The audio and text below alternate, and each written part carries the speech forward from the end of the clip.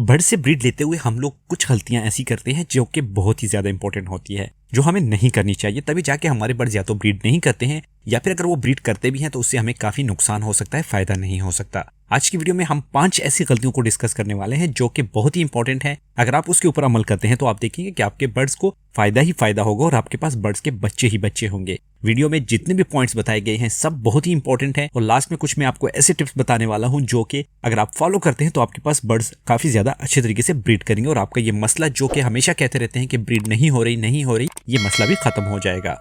अस्सलाम वालेकुम दोस्तों, मेरा नाम है बॉबी और आप देख रहे हैं बर्ड्स लवर। जो सबसे पहली गलती है वो हम लोग जेंडर की कंफर्मेशन के करते हैं, यानी कि हमें मेल और फीमेल का कंफर्म नहीं होता कि इसमें मेल कौन सा है और फीमेल कौन सी है, और हम लोग उन दोनों को आपस में लगा लेते हैं, जिससे हमें ये नुकसान होता है कि हमारे बर्ड्स काफ़ी अरसे तक एक साथ रहते हैं मगर उसके बावजूद भी वो ब्रीड नहीं करते हैं, ना वो एग ले करते हैं और ना ही उनके कोई बच्चे निकलने के चांसेस होते हैं। बाजू का ऐसा होता है कि फीमेल टू फीमेल भी जो है लग जाता है, जिससे वो एग भी ले कर देते हैं, मगर तब भी हमें ये कंफर्म नहीं हो पाता कि क्या हमारे बर्ड्स जो हैं ये ब्रीड करेंगे या नहीं करेंगे।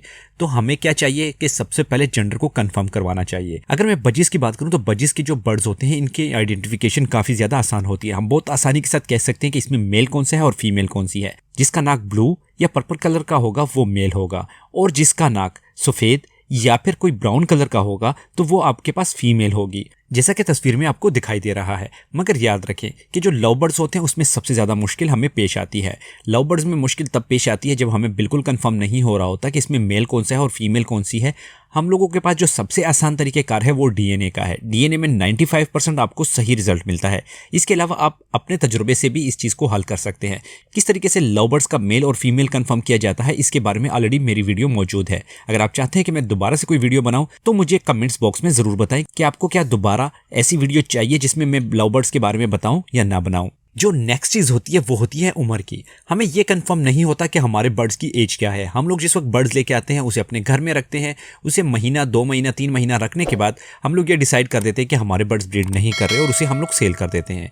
मगर हमेशा ऐसा ही होता है कि जब कभी भी हम लोग किसी बर्ड को लेके आते हैं तो वो अक्सर औकात पट्ठे ही होते हैं, और जब हम लोग उनको अडल्ट कर देते हैं अपने पास रखने के बाद तो हम लोग उसे सेल कर देते हैं ये कह के कि ये ब्रीड नहीं कर रहे। तो हमेशा याद रखें कि आप लोगों ने ऐसा हरगिज़ नहीं करना। सबसे पहली चीज़ तो ये कि आप जब कहीं से भी पट्ठे लेने लगे तो आप कोशिश क्या करें कि आप किसी ऐसे बंदे से लें जो कि आपको सच बताता हो, वो उससे पट्ठे लें, या फिर अगर आप बड़े भी लेते हैं तो कम से कम उसकी उम्र का आपको पता होना चाहिए, तब जाके आप उनसे खरीदें। दूसरा यह है कि हम लोग अक्सर औकात ये कर देते हैं कि मेल की उम्र कुछ और होती है और फीमेल की उम्र कुछ और होती है, जिसकी वजह से बाज़ औकात हमें काफी ज्यादा मसाइल का सामना करना पड़ता है। बाज़ औकात ऐसा होता है कि जो मेल होता है वो कम उम्र का होता है, जो फीमेल होती है वो अडल्ट उम्र की होती है, या फिर बाज़ औकात ऐसा भी होता है कि मेल हमारा काफी बूढ़ा हो चुका होता है और जो हमारी फीमेल होती है वो काफी यंग होती है, या बाज़ औकात दोनों इतने बूढ़े हो चुके होते हैं कि वो दोनों ब्रीड के काबिल ही नहीं होते। तो इसलिए आप लोगों ने कोशिश करनी है कि आप लोगों ने ऐसे बर्ड्स का इंतखाब करना है जो कि नॉर्मल एज में हो। जो हम लोग तीसरी मिस्टेक करते हैं वो ये करते हैं कि हम लोग अपने पास बर्ड्स भी रख लेते हैं, उनको बॉक्सेस भी लगा देते हैं, मगर हम लोग इस चीज़ का ख्याल नहीं रखते कि हम लोगों ने बॉक्सेस किस साइज़ के लगाने हैं या किस डायरेक्शन में लगाने हैं। अक्सर औकात हम लोग बजिस के जो बॉक्सेस होते हैं वो लव बर्ड्स को लगा देते हैं, या फिर ऐसे बॉक्सेस अपने बर्ड्स को लगा देते हैं जो कि सॉफ्ट होते हैं और हमारे बर्ड्स उन्हें खा भी सकते हैं। तो जब उन्हें खाते हैं उन्हें तोड़ देते हैं, जिसकी वजह से हमें काफ़ी नुकसान भी हो सकता है। या फिर बाज़ औक़ात हम लोग कॉलोनी के अंदर ऐसी गलतियां करते हैं कि हम लोग उन्हें एक दूसरे के इतने करीब लगा देते हैं कि वो एक बॉक्स के अंदर अगर कोई फीमेल जा रही हो या अगर एक मटकी के अंदर कोई फीमेल जा रही हो तो दूसरी मटकी उसके इतने करीब होती है कि उनकी लड़ाई हो जाती है आपस में। और अक्सर औकात जो कॉलोनीज़ के अंदर बड़ी लड़ाइयाँ होती हैं वो सारी की सारी बॉक्सेस की वजह से ही होती हैं, क्योंकि फीमेल का काम यह है कि फीमेल बॉक्स के अंदर जाके सबसे पहले उसी की तसल्ली करती है कि क्या ये बॉक्स मेरे लिए ठीक है या नहीं ठीक, और दूसरा ये होता है कि जो बॉक्स उसे पसंद आ जाए तो उसको वही बॉक्स चाहिए होता है, जैसे कि नॉर्मल लाइफ में होता है। तो इस वजह से जो फीमेल्स की लड़ाइयाँ होती हैं वो काफ़ी ज़्यादा होती हैं। और बाज़ों का तो ऐसा भी होता है कि इनकी लड़ाइयाँ जो हैं खाना जंगी बन जाती हैं। आपके पास तमाम का तमाम शेड जो है इसकी वजह से खाली हो सकता है अगर आप इनकी अच्छे तरीके से या फिर फर्स्ट कंडीशन में ही इसका आप इलाज ना करें। किस तरह करना है नेक्स्ट वीडियो में मैं आपको बताऊंगा कि कॉलोनी के अंदर हम लोग बर्ड्स को कैसे रखते हैं और सेपरेट केजेस के अंदर कैसे रखते हैं, इनके फ़ायदे और नुकसान क्या क्या हैं। अगर आप चाहते हैं कि इसके बारे में भी वीडियो हो तो मुझे कमेंट्स बॉक्स में ज़रूर बताएं, और आप मुझे ये भी बताएं कि आप लोगों ने अपने बर्ड्स को कॉलोनी के अंदर रखा हुआ है या फिर आप लोगों ने उन्हें सेपरेट केजेस के अंदर रखा हुआ है, और आपको कौन सा ज़्यादा पसंद है। जो हम लोग चौथी गलती करते हैं वो ये करते हैं कि हम लोग बर्ड्स भी रख लेते हैं, उनके लिए दाना भी बहुत ही बेहतरीन लगा लेते हैं, मगर हम लोग उन्हें सॉफ्ट फूड प्रोवाइड नहीं करते, या फिर हम लोग ये कह देते हैं कि हमारे बर्ड्स सॉफ्ट फूड नहीं खाते हैं। हमेशा याद रखें कि जिन बर्ड्स को जिस चीज़ की आदत होती है वो ज़्यादा उसे शौक से खाते हैं। सॉफ्ट फूड हमारे बर्ड्स के लिए इंतहाई ज़रूरी होता है, जिसमें मुख्तलिफ किस्म के सॉफ्ट फूड होते हैं, जिसमें सब्जियां होती हैं, भुगोई हुई चीज़ें होती हैं, स्प्राउट वगैरह होता है, एग एंड बिस्किट होता है, या फिर जो है हमारा एग फूड होता है। ये तमाम की तमाम चीज़ें जो है हम लोग अपने बर्ड्स को वक्तन फ़ौक्तन प्रोवाइड करते रहते हैं, ताकि हमारे बर्ड जो है उससे फ़ायदा हासिल करें और वो अच्छी ब्रीड करें। अगर हम लोग अपने बर्ड्स को सिर्फ और सिर्फ सीड के ऊपर रखते हैं तो हमेशा याद रखें कि बर्ड्स के अंदर बहुत सारी ऐसी चीज़ों की कमी आना शुरू हो जाती है जिनकी उनको ज़रूरत होती है। तो आप लोगों ने हरगिज़ ऐसा नहीं करना कि सिर्फ और सिर्फ जो है ऐसी चीज़ों के ऊपर रखना है जिससे आपके बर्ड्स को नुकसान हो।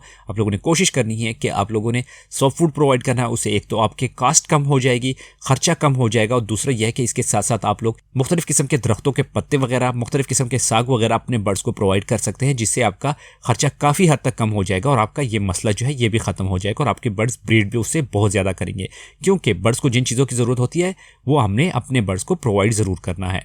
और जो पांचवी गलती हम करते हैं कि हम लोग अपने बर्ड्स का केज किसी ऐसी जगह पे रख देते हैं जहाँ पे सर्दियों में सर्दी ज़्यादा होती है और गर्मियों में गर्मी बहुत ज़्यादा होती है, जिसकी वजह से हमें काफ़ी नुकसान उठाना पड़ता है। सर्दियों में हमारे बर्ड्स सर्दी की वजह से मर रहे होते हैं और गर्मियों में हमारे बर्ड्स गर्मी की वजह से मर रहे होते हैं। दूसरा ये होता है कि सर्दियों में तो हम लोग अपने बर्ड से ब्रीड ले लेते हैं, मगर जब गर्मियाँ स्टार्ट हो जाती हैं तो हम अपने बर्ड से ब्रीड नहीं ले पाते। मार्च में या अप्रैल में ही हमारे बर्ड्स के केज का टेम्परेचर इतना हाई हो जाता है कि उसे हम लोग कंट्रोल नहीं कर पाते और हमारे बर्ड्स जो है वो ब्रीड करना छोड़ देते हैं, या फिर अगर वो ब्रीड करते भी हैं तो उससे काफ़ी सारे नुकसान हमें हो सकते हैं, जिसमें बच्चे मरने के नुकसान, जिसमें बर्ड्स का मरने के नुकसान, और जिसमें ऐसा भी होता है कि बर्ड्स अपने अंडों को ऐसे ही छोड़ दे या फिर डेड इन शेल, जैसे कि ह्यूमिडिटी की वजह से होता है। तो ये तमाम के तमाम मसाइल हमें इस चीज़ की वजह से आते हैं कि हम लोगों ने अच्छी जगह का इंतखाब नहीं किया होता।